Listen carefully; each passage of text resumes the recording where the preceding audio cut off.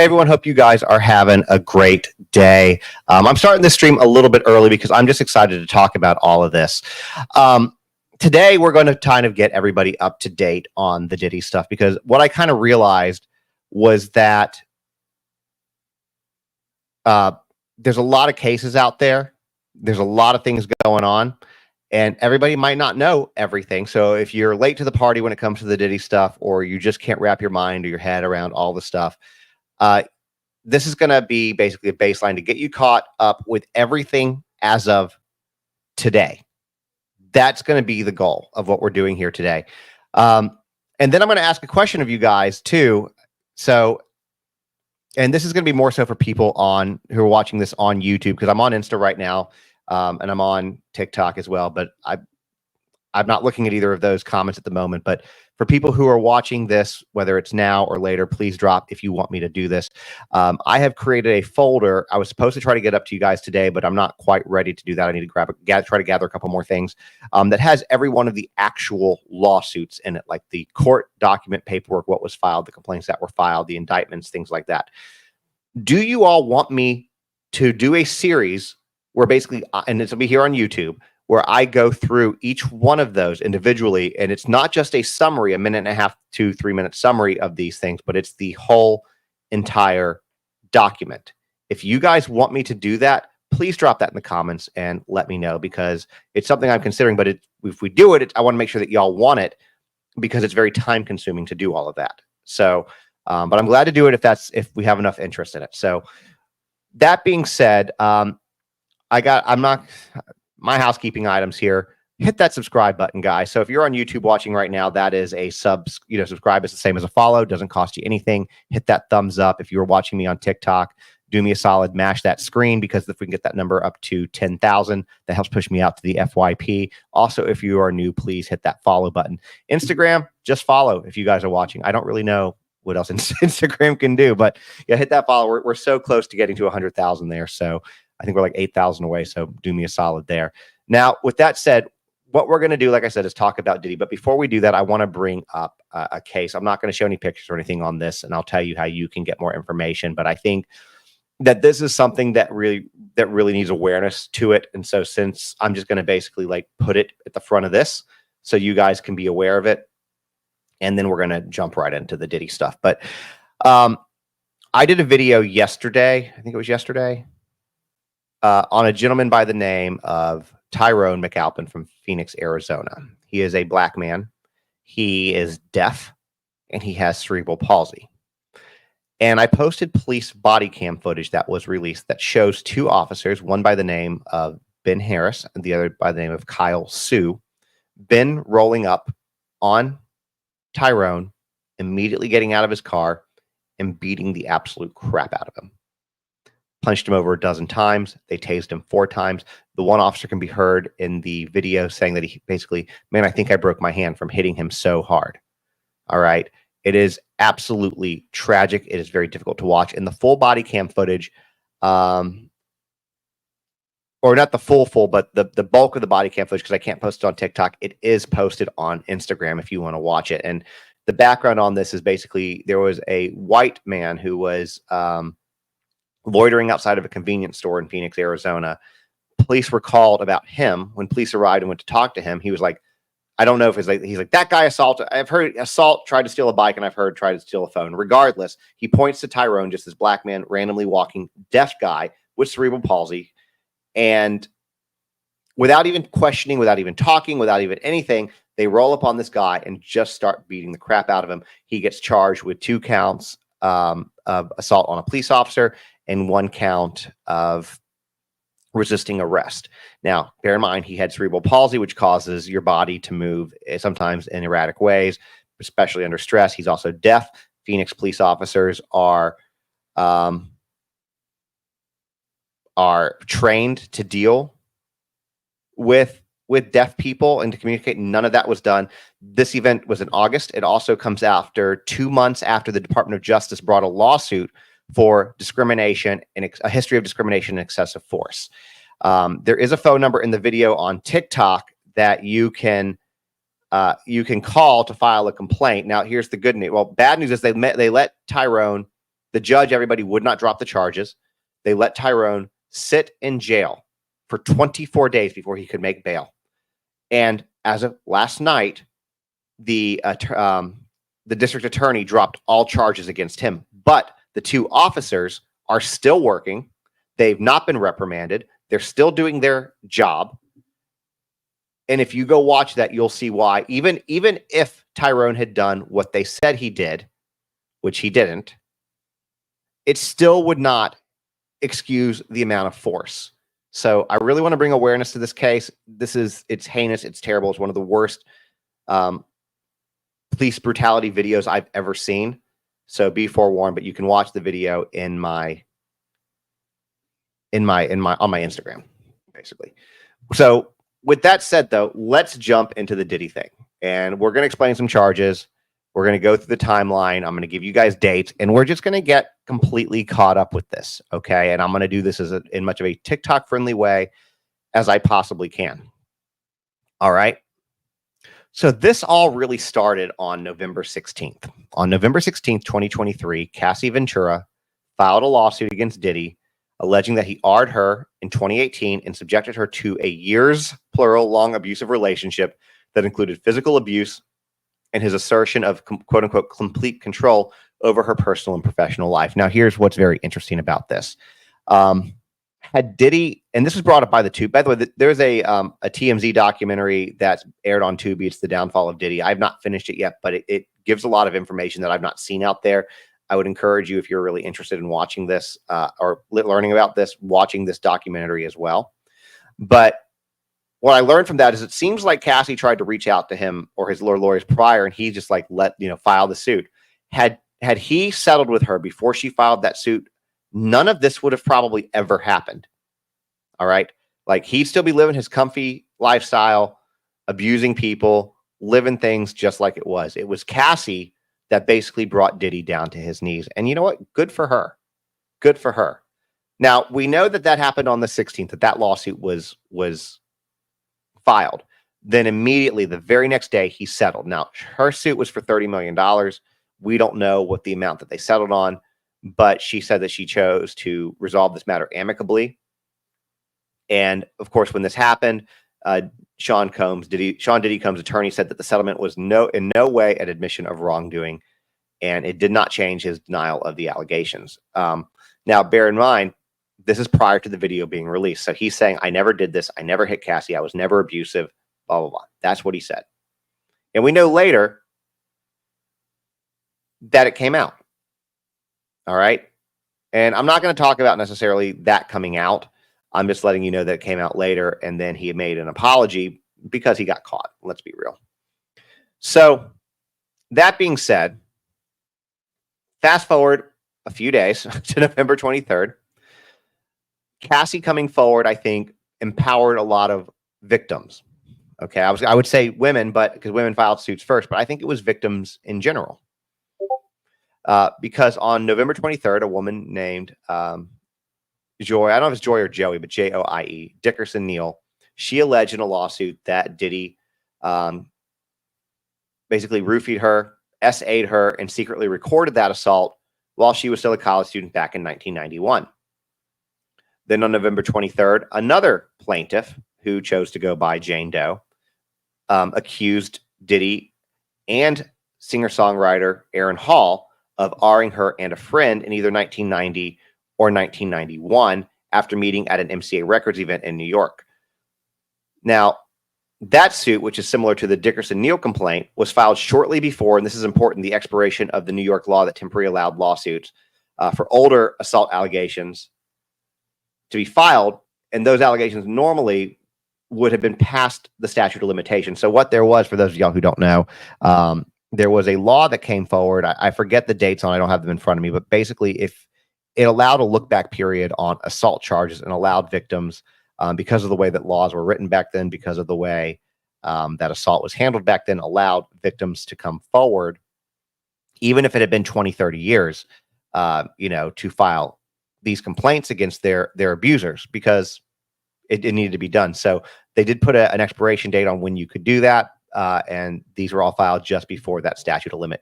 Basically, that expiration of that law was up. So that's important to know. Then a couple weeks after that, Diddy was hit with another SA lawsuit. This was on December 6th, accusing him of, again, giving somebody substances without their knowledge and participating in a gang R of another Jane Doe in 2003 while she was just 17 years old. On February 26th, so a couple months after that, producer Rodney Jones, Little Rod, sued Diddy in New York, and he alleged that he was subjected to unwanted advances by associates of Diddy at his direction, meaning that Diddy is the one who told him basically to do this. And he was forced to engage in relations with S workers that Diddy hired.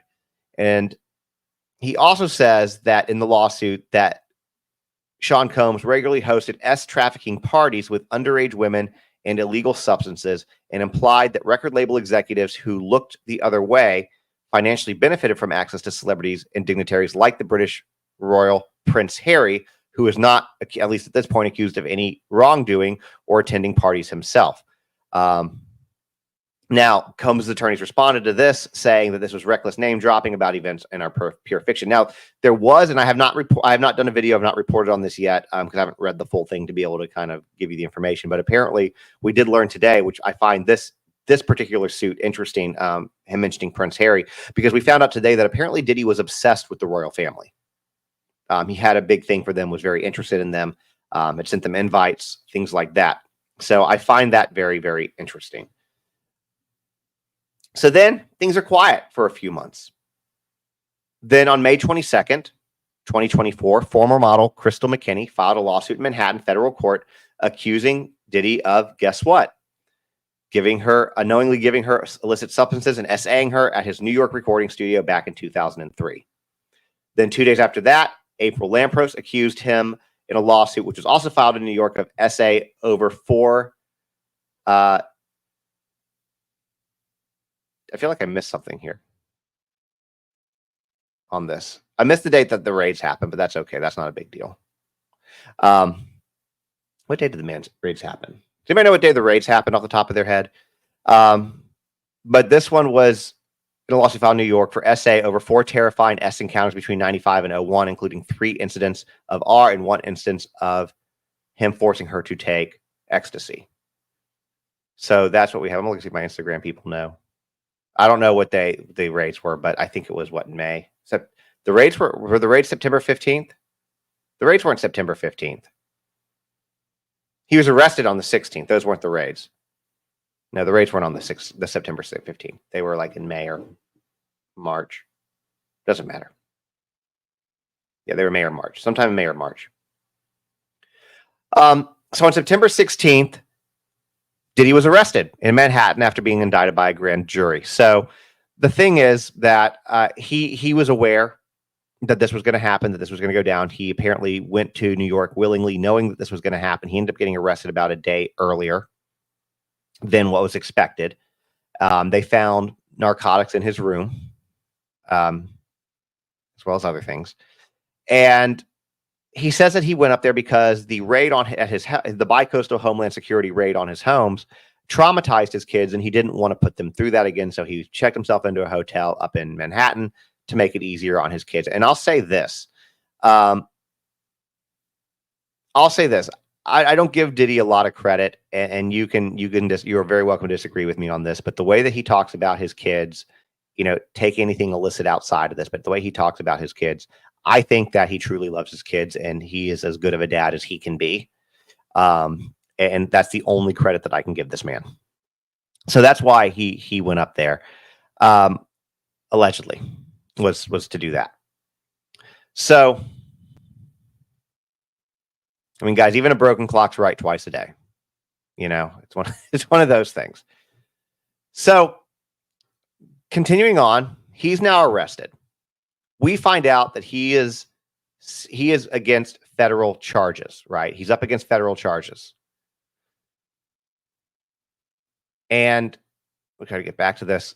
In a federal court on the 17th, unseals the charges against him, and he's charged with racketeering, trafficking, and transportation to engage in prostitution, alleging that he abused, threatened, and coerced women and others around him to fulfill S desires protect his reputation and conceal his conduct. Now, let's take a moment there because I know there's a lot of people that are confused with the federal charges. So let's talk about the federal charges, what we're looking at, and kind of break that down so it's a little bit more, understandable.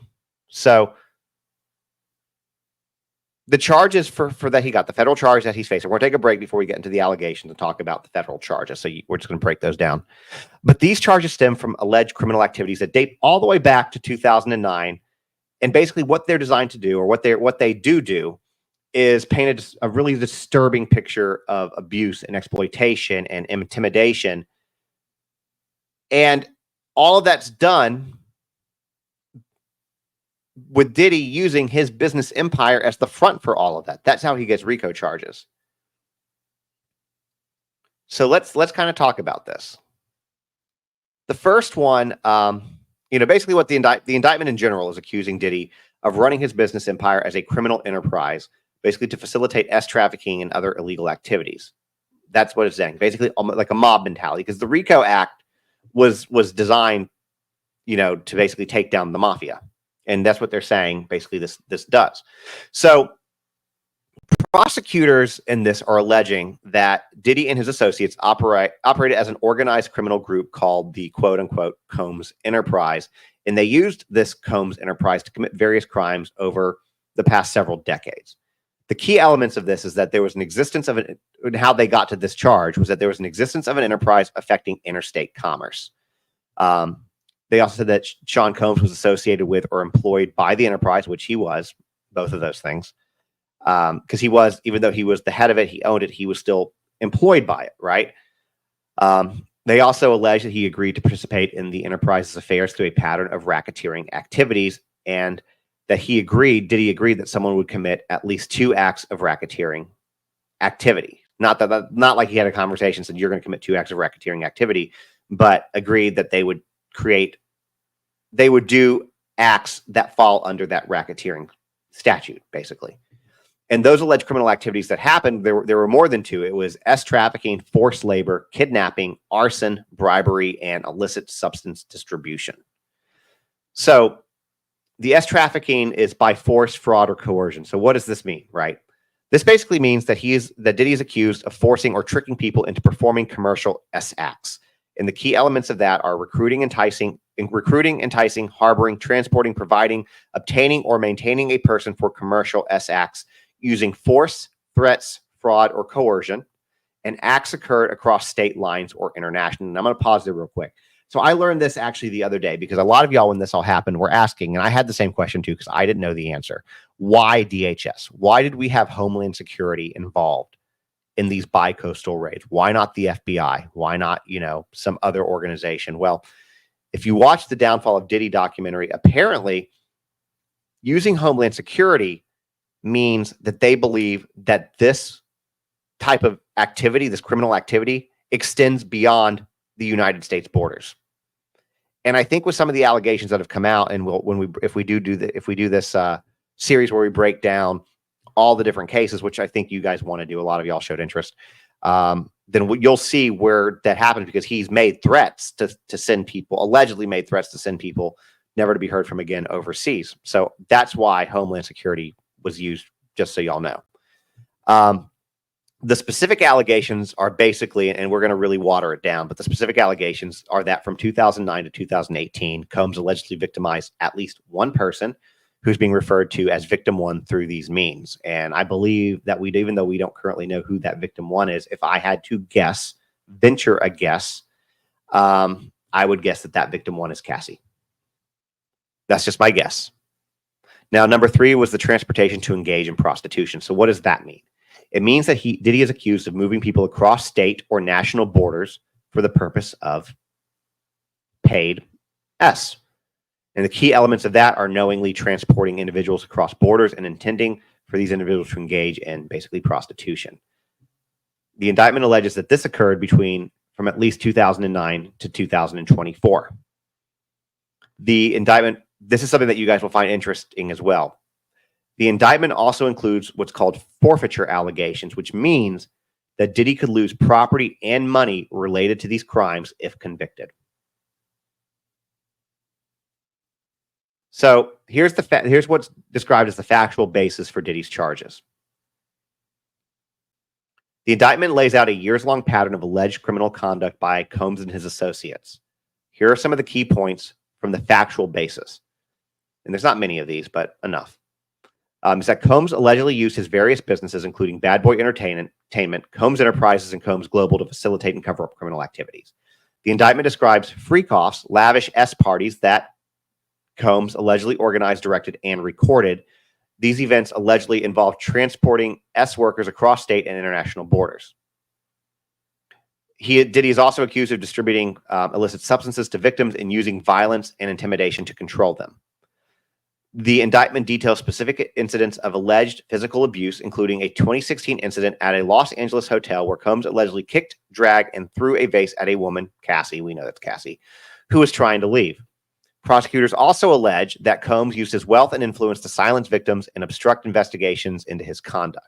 Which, honestly, guys, we're only getting into stuff for this investigation. If we wanted to go back and we talk about the allegations of abuse and allegations of assault that he had against other people and things that appear to be covered up, you've got several other events, and we can talk about those, maybe even in the next show. But I mean, there's a lot of different things. I mean, this guy's got a lot of shady stuff surrounding him, right? So then let's talk about the investigation. So this case against Diddy is the result of a lengthy investigation by Homeland Security Investigations, which is HSI, and of course other law enforcement agencies. Now, here are some of the key points of the investigations. Is that federal agents conducted searches of Combs' homes in Miami and Los Angeles, seizing evidence, including illicit substances and what they termed as freak-off supplies, including over 1,000 bottles of lubricant and baby oil. The investigation appears to have been building for years, compiling evidence from multiple alleged victims and witnesses. The case is being prosecuted by the U.S. Attorney's Office for the Southern District of New York, which has a reputation for handling high-profile organized crime and racketeering cases. And if you've heard me talk about the Southern District of New York, they don't play, guys. They have like a 95 to 97% conviction rate. They're successful the vast majority of the time. You combine that with the FBI's 95+% conviction rate. This does not look good for Diddy. Like, I don't see a world where he beats this rap. It is very rare to beat a rap like this, coming specifically through the Southern District, and specifically with the FBI, because the FBI doesn't move in and arrest you until they have what they believe to be an airtight case. So it's all allegations, but I don't see this boding well for him. Now, while the criminal charges are new-ish, they appear to be partially built on allegations made in several civil lawsuits filed against Diddy in recent years. And so that's what's interesting. And I'll tell you why that's interesting. So it's saying that they've been investigating for years, culminating up to the raids, culminating up to Cassie, culminating to the arrest, right? And where he's sitting right now in jail. We've seen a lot, and we're going to talk about some of the lawsuits that have come forward, and some of the pending lawsuits, and some of the allegations here in a moment after we finish breaking down the federal charges. But typically speaking, and a lot of y'all have asked, and I did a video on this, but the video didn't do well, so I'll explain it here. A lot of y'all have asked, will more criminal charges come from these civil cases? And typically speaking, the answer to that is no. A civil case is just that. It is a civil case brought on by an individual to a defendant, typically with compensation being either money, information, or both. There is, to my knowledge, never been jail time come from a civil case. However, during a civil case, if information comes out that leads to crimes, then investigations can be opened from that. And it's rare that that happens, but there are so many here with Diddy.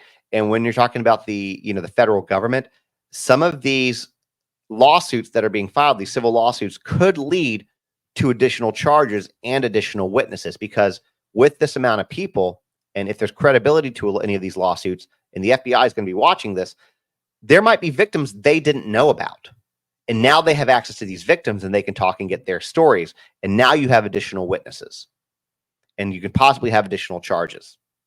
If you look at the Ashley Parham one, for example, I think that there could be additional charges brought from that if it can be proven to be, right now everything's alleged until it's valid. I personally believe it. We went over it last night on the sub live, but the entire case, I believe it, even though it might seem a little fantastical or a little far-fetched. I believe it based on the details alone and the receipts that she has and the fact that she's asking for a jury trial. But that could lead to additional criminal charges, that one alone. So it's going to be interesting to see how these come out and how they play out into this case. I would also be surprised, based on what we're beginning to see, if this trial actually does happen on May 5th. I will be shocked. Now, the other thing that it doesn't say here in my notes where I got this from, but I'll tell you because I know this, is I don't remember how many devices exactly that they received. I had that in my notes at one point. I'm sure I could find that. But what's more important than the amount of devices they received is the amount of data, which is 90 terabytes of data, which if you're recording at 1080p, that is 36,000 hours of just straight data. Just straight data. So that's quite a bit. Now, they talked about this, then this goes into who might the victims be, and I'll just give you the official answer. While the names of the victims are not public, there are a number of related civil and criminal cases that give us an idea of who these indictments might be based on. Cassie, for example. But let's talk about real quick the fact, and I've not done a video on this yet either, that Diddy's attorneys, well, I kind of did. I mentioned it in a video, I guess. Diddy's attorneys are wanting these people to no longer be anonymous, basically. Diddy's people are wanting prosecution to release the names of these witnesses, these victims, etc. And the judge is going to rule on that. I don't think the judge is going to grant that based on the fact that he does have a history of obstruction. He does have a history of paying off. Even though he's in jail, he still has a whole network of people who will do his bidding, because he still does have a lot of wealth. So it wouldn't be, in my opinion, wise to give them that information simply for the fact that then he could use his influence or people could wind up disappearing. Now, well, I'll get into that in a second. I'll circle back to what I was going to say. Now, then you're talking about forced S activity. So Cassie Ventura, who, as we know, used to date him on and off for a while, she's also filed that lawsuit and, alleging the first lawsuit alleging years of abuse, trafficking, and R. She could testify about being forced into recorded S activity, referred to as the freak offs, and detail the pattern of abuse that began as soon as their relationship started, including being R'd in 2018 when she tried to end the relationship. Then, as far as another person that could be called is Rodney Jones, Little Rod, as a producer who worked with Sean Combs and alleged he was subjected to unwanted advances, substances, and threatened. He could potentially describe how Diddy used his business to coerce and control victims, including hosting S trafficking parties with underage. They says underage women, but underage women is kind of an oxymoron, with underage girls and illegal substances. Then there's also the Jane Doe, who filed a lawsuit alleging that she was given substances against her will and gang R'd by Combs in 2000 and his associates in 2003. And she, for example, could detail how she was flown in from Michigan to New York, plied with illicit substances and alcohol, then R'd, which aligns with the indictment's allegations for S trafficking. So now you have testimony for that. As far as forced labor goes, you have Dawn Richard, who was a former bandmate who accused Diddy of years of physical and S abuse, including withholding payment for work on her albums. Now, the testimony that she could bring, she could testify about how Combs manipulated her with promises of career advancement, then subjected her to physical and S abuse and withheld basic necessities during recording sessions. Then in regard to the kidnapping and assault charges, or side of it, you have April Lampros, who alleged that Combs S8'd her multiple times between 95 and the early 2000s. And her testimony could look like something where she describes how Diddy forced himself on her despite protests, including an incident where she was physically forced to perform acts using her mouth in a garage near his apartment. So you can't say certain words. I'm just not trying to get, flagged. And so you guys know, if you want to know what he's looking at, personally, I think, we've heard 15 years to life, right, is what we're looking at. But let's talk about what he could be facing for each of these three charges. And these are the three that we're stemming from right now. There could be more, right?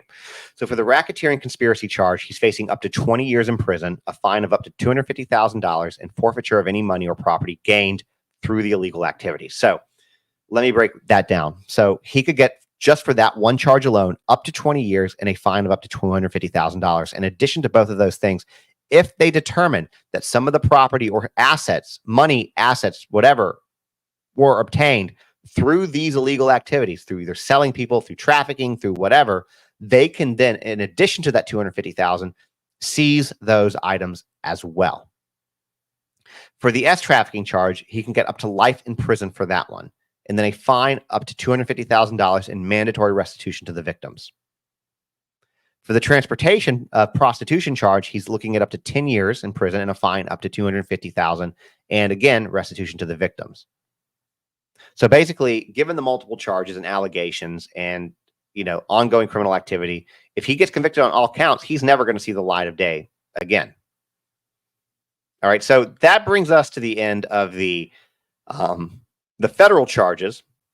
And so let's get back into the other charges we were talking about. I wanted to make sure that we went through all of that so you guys kind of understood and we broke down, because I know when you look at the federal charges and how they read, it can be a little bit confusing. Even I was confused a bit. It took a bit of research for me to figure that out and get you guys correct information. But, it's important to know this, especially if you're following this as closely as we are. So anyways, that being said, let's move on to September. So that was on September 17th where it was officially unsealed. Now, one thing that we didn't name in the thing that we just went through, but was kind of interesting, it's not necessarily a charge, but a memo that was filed with New York. This was on September 17th as well. Accused Combs and co-conspirators of setting fire to an unnamed person's car using a Molotov cocktail. Now, for those of you who don't know what a Molotov cocktail is, basically it's a bottle. It has gasoline or highly combustible, typically gasoline or highly combustible liquid. You light or stuff a rag in it, light it, throw it, it breaks, causes a big fire, mess everything. That's what a Molotov cocktail is. If you've never played Grand Theft Auto, if you play Grand Theft Auto, you probably know what one is. Anyways, now this is an accusation that matches one brought by Cassie, who said in a lawsuit when she filed that one that Diddy blew up a car owned by rapper Kid Cudi. So basically what happened was he found out while Cassie and him weren't together that she was dating Kid Cudi, and he's threatened to basically blow up his car, and then his car blew up. So that's what happened there. Then fast forward to September 24th. Thalia Graves filed a federal lawsuit in New York claiming she was offered a glass of wine by Combs and another man, not gentleman, in 2021 when she was 25 that made her lightheaded, dizzy, and physically weak. Then she lost consciousness and was AR'd by the two men while her hands were tied, physically bound behind her back. Then on September 27th, Diddy was accused of again, giving people illicit substances without their knowledge and AR'ing a woman on multiple occasions, with the woman identified as a Jane Doe in this lawsuit, further alleging that she became pregnant after one of the encounters. And it doesn't say this on this one, but we get into it, we can break it down. Him allegedly forcing her to have an abortion, but she ended up miscarrying anyways. So that's, yeah. And real quick, for those of you guys who are just coming in on Instagram or TikTok, I am streaming this right now live on YouTube. The link to my YouTube is directly in my profile. So if you're coming in late and want to get caught up on this, this is saved there. I have a Diddy playlist, and you can go watch it, get caught up. And if you're there, please give me a follow on YouTube. I would really appreciate it. But just to let you know, if you're coming in late, you can watch all of this there. The goal of this episode that we're doing is to basically get everybody caught up, have it on record, so everything up to date, you guys all know, and then we kind of go from there. So then on October 1st, that was when the press conference with the attorney Tony Busby happened, and he said that he's representing 120 accusers who plan to file lawsuits across multiple states alleging crimes like SA, R, and S abuse of minors. And what he says are claims that will include, quote unquote, many powerful people and, quote unquote, many dirty secrets. Then on October 14th, Tony Busby did file a lawsuit. We'll have 6 of them actually, but we're going to talk about them individually. The first lawsuit was filed against Diddy, in which an unnamed North Carolina man, this is the first time we'd had a man outside of Jones come forward, say that when he was 16 years old, trying to break into the music business, he was fondled by Combs and one of the rappers at one of his white parties in the Hamptons, and this was in 1998. He said that in the lawsuit, it says that it was an incident that continues to humiliate him and cause him shame. Then on same date, October 14th, a New Jersey man claimed in a separate complaint that he was working security at a party, white party in 06, when he was given 2 alcoholic drinks by Diddy. He believes were spiked with X and other substances before he was allegedly and forcibly pushed, quote unquote, forcibly pushed into an open van and essayed by Combs.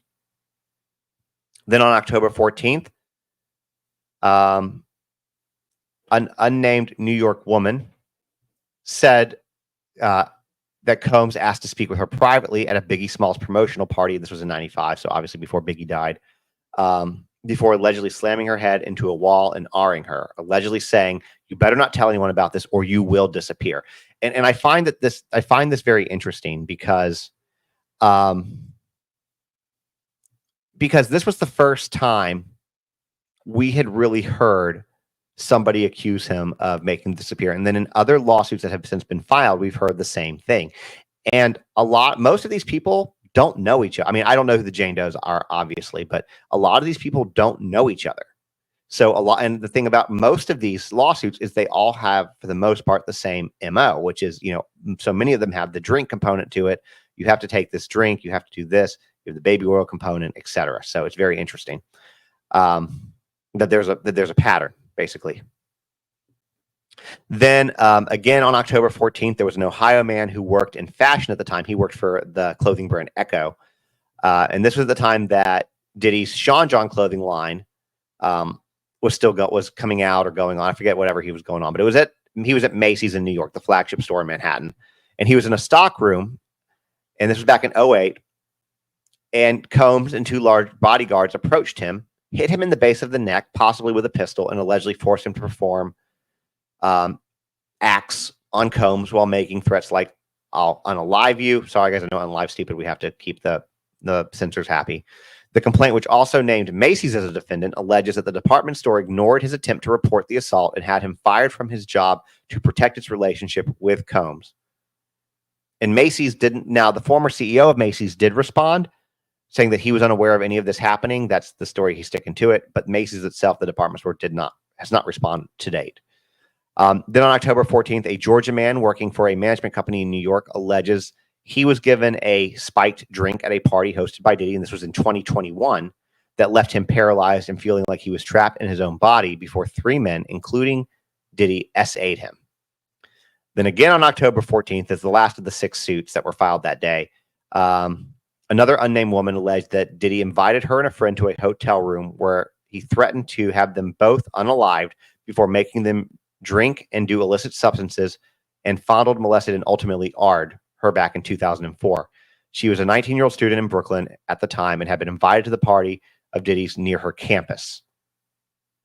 Then on October 15th, the most, in my opinion, damning one, was a woman named Ashley Parham filed a lawsuit against Diddy in a California federal court, claiming that she was violently gang-R'd by Diddy and accomplices in 2018 after she claimed on a FaceTime call with him that he had been involved in the 1996 killing of Tupac Shakur, and that ultimately she was set up for retaliation. Now, we talked about this one, and we broke the actual 62-page filing down on this one yesterday, last night on the Sub Live.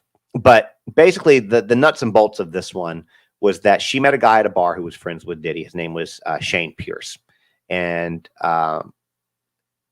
basically to try to impress her and other people there, he FaceTimes Diddy, who answers the phone.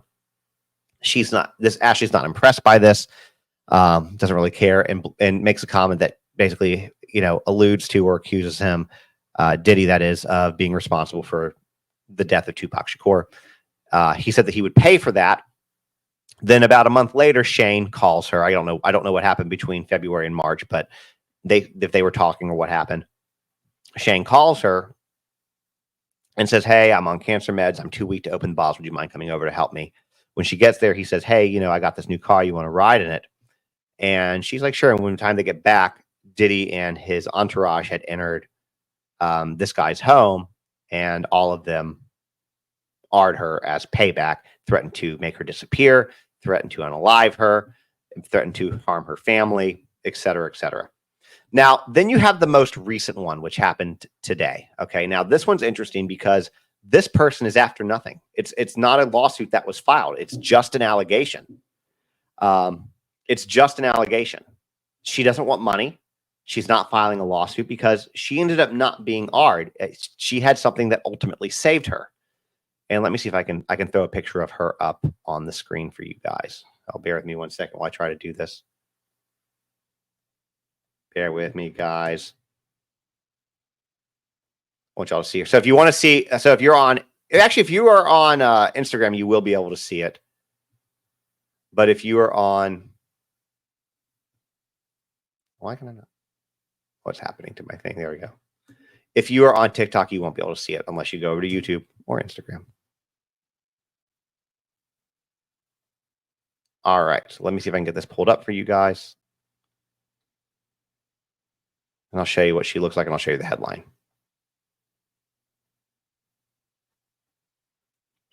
Bear with me, guys.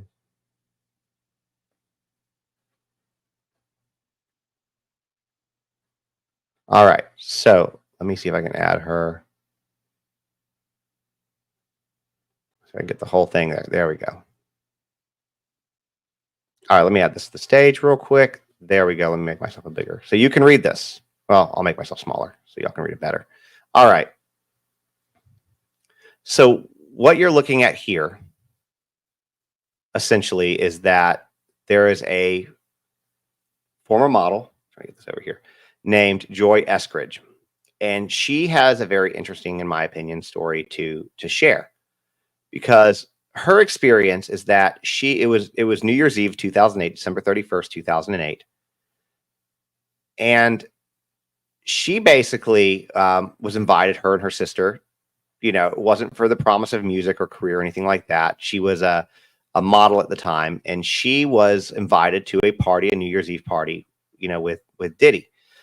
She didn't know that he was going to be there. It was just a party. So when she arrives, it was what you would call a star-studded event, right? Jay-Z was there, Diddy was there, Beyonce was there, Jamie Foxx was there, and Tyrese was there, right? They were out in the regular area, but ultimately her sister ends up getting him up into the VIP area, which is where all of these celebrities are. And everybody who walked in the VIP area got a bottle of champagne. And so they got a bottle of champagne. And immediately when they went in, she feels that she was targeted because, you know, the people who were there, whether it was associates or whatever they were, got Joe and her sister, separated the two of them, got them basically isolated, each of them by themselves. By the time she had had half a bottle of champagne, she began to feel very woozy, like an exaggerated buzz, basically, like something wasn't right. And she was like, I'm a 27-year-old model from New York. I can handle my alcohol. But she was really reacting to it. I mean, half a bottle of champagne doesn't have that much alcohol in it, right? I mean, not really. So half a bottle wouldn't really do anything to you, especially if you're used to drinking a little bit. Then shots were being passed around, and she took a shot, and that's where things really got bad for her. Once she took the shot, she began to fall all over the place, and she believes that her drinks were spiked.